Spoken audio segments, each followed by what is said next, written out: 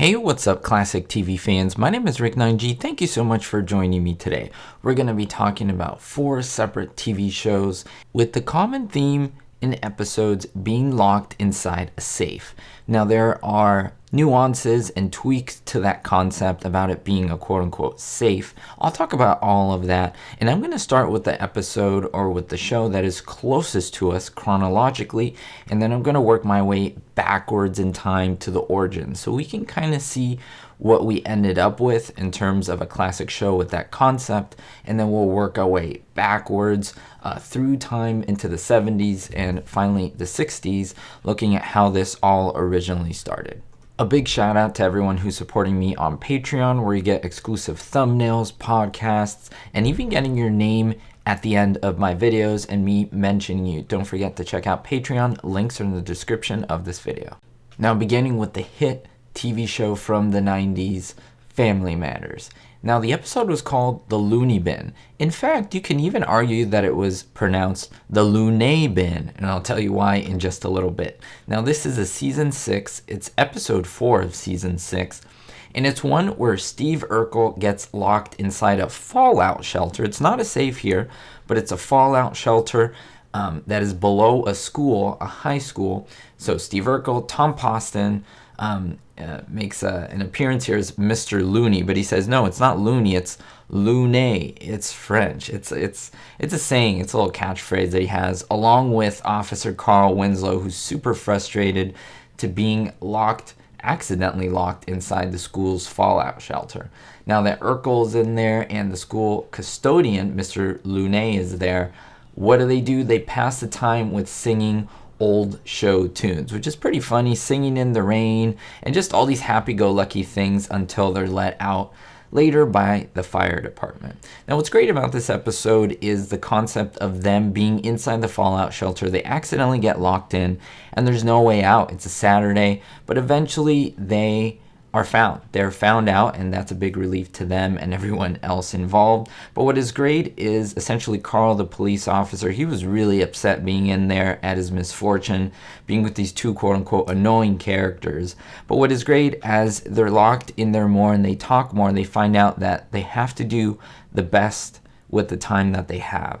And so they start singing songs, they start actually laughing and so forth. And once they do that, that's when they're found out, and that is when they're essentially rescued. Now, moving back in time into the 80s, that is January 17th, 1984, Three's Company also had an episode where they weren't locked in a fallout shelter, but they were locked inside a freezer. That is a freezer at the restaurant where Jack Tripper worked in Three's Company. Now, what happens is that a burglar catches them after hours and robs Jack and Mr. Furley of the little bit of money they have, and for the burglar to make his getaway, he locks them both inside the freezer at the restaurant.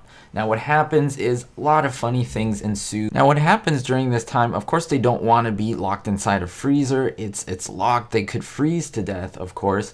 And now Jack and Furley know, and they're convinced that they will die. So they have a heart-to-heart talk where Jack confesses that he really doesn't like men, and that is the crux of Three's Company, right?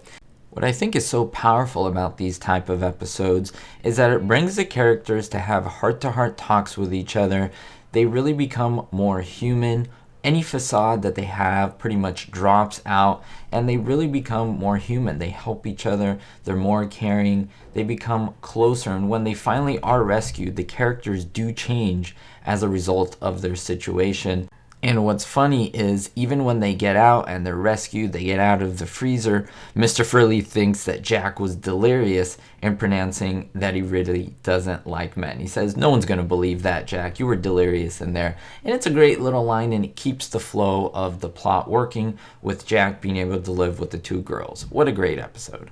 Moving back in time even more to February 11th, 1965, we saw the premiere episode, Don't Bank on Herman. Now, this was from the television show The Munsters, and it was a great one. It was from season 1. It was episode 21. Now, Lily tells Herman, do something simple. Go to the bank and withdraw all the money from your tax account. It should have been simple, but what happens? Herman and Grandpa arrive at the bank, and they're mistaken for robbers because they look so beautiful, I guess.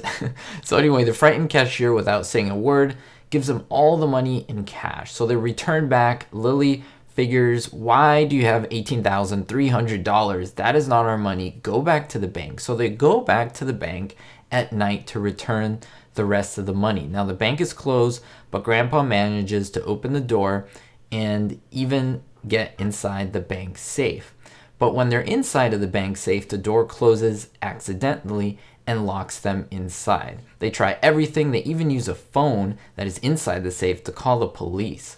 Now their salvation came when a couple of crooks came out and blew out the door without knowing that inside they would find Herman and Grandpa, that essentially rendered the thieves, the burglars, they were so surprised. They ran out of there so quickly. They didn't even have time to rob the bank. Now, what's great, there's a lot of overlaps here. When we talk about robbers, we have them in Three's Company as well, although that robber got them inside the safe, right? In this case, the robbers got him out of the safe. So, I don't know. There's really interesting things. If we go back to the first episode that I was talking about, Family Matters, there's no robbers there. So the circumstances are different, but it's just great to see how a lot of these writers tweak the stories. But in this case, yeah, they're in a real safe. Now, moving back one last time to 1963, that's October 21st, 1963, from the show The Lucy Show. In this episode, which is called Lucy Gets Locked in a Vault, it's from Season 2, Episode 4, and in this one, Lucy and Mr. Mooney get locked inside a vault. Now what happens, Lucy's attempting to withdraw money from the Danfield Bank. Now Lucy decides that she wants to go to the bank and apologize to Mr. Mooney for something that she did, of course accidentally, and a series of mistakes finds Lucy and Mr. Mooney locked inside the bank's vault.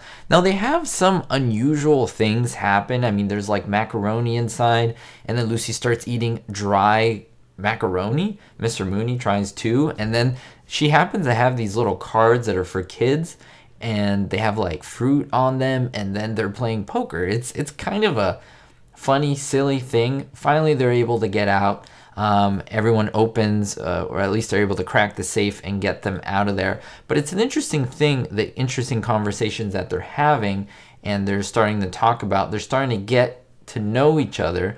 But when they find out that everyone comes in, it's almost like Mr. Mooney doesn't even want to leave the safe. He's comfortable in there. So I hope you enjoyed this look at 4 different TV shows that use the same concept of at least 2 people being locked inside a vault. Let's just say a vault. In one, it was changed a little bit to a freezer, and another one a fallout shelter, and in 2 of the other ones, it's basically a bank vault. But I think this is interesting because it's not really stealing of ideas. It's being inspired by ideas, putting a twist on it, or at least seeing what individual characters from different shows would do in the vault. And so that all changes, and they're all enjoyable. If you haven't seen them, check it out. Thanks so much for the support as always. Don't forget to leave a thumbs up and subscribe for more classic TV show content. I really do appreciate it. We'll see you next time, and don't forget, be hopeful. Thank you to everyone for the support, especially my Diamond tier patrons: Citizen Kate 359, David D, Greg S, Kevin K, Ricky, Sally N, Ulysses the P, and Vito L. If you want to join the Patreon family, links are in the description. Thank you.